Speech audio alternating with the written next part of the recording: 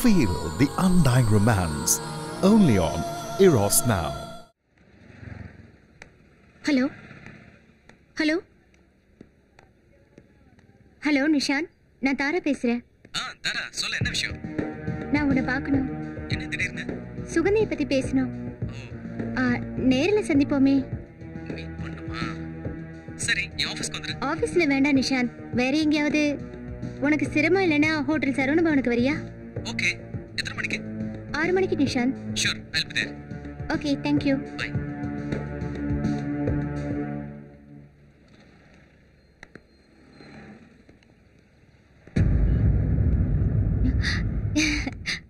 Hi Madhu. Nishanth wait பண்றான்ல, நீங்க எதுக்காக அவனை பார்க்க போனோம்?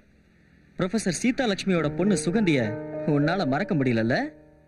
அது மட்டும் இல்லாம சாப்பிடும் போதும் தூங்கும் போதும் அவன் நினைப்பு உன்னை வாட்டி எடுத்துக்கிட்டு இருக்க. காலேஜில் படிக்கும்போது அவ என்னை விட நல்லா ஆடுவா.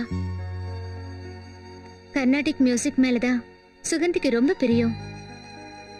அவளோட பாட்டு வெரி இன்ட்ரெஸ்டிங்கா இருக்கும். உங்களுக்குள்ள ஏதாவது காம்படிஷன் இருந்திருக்கா? அவ வர்றதுக்கு முன்னாடி லைட் மியூசிக்ல நான் தான் ஃபர்ஸ்ட். அப்புறம் லைட் மியூசிக்லயும் கர்நாடிக்லயும் அவ தான் ஃபர்ஸ்ட்.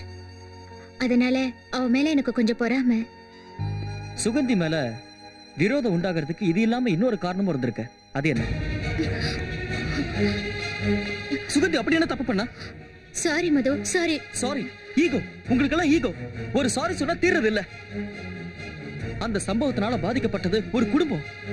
எங்கேயும் அவங்களுக்கு நீதி கிடைக்கல. சுகந்தி காணாம போனதுனால அவங்க அம்மா மனநல பாதிக்கப்பட்டிருக்காங்க.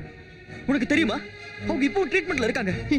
காலேஜ்ல படிக்கும்போது வேணா அந்த மாதிரி நடந்திருக்கலாம். ஆனா இப்போ தப்பு நடந்திருக்கலாம். ஆனா இது சாதாரண தப்பு இல்ல. போடி.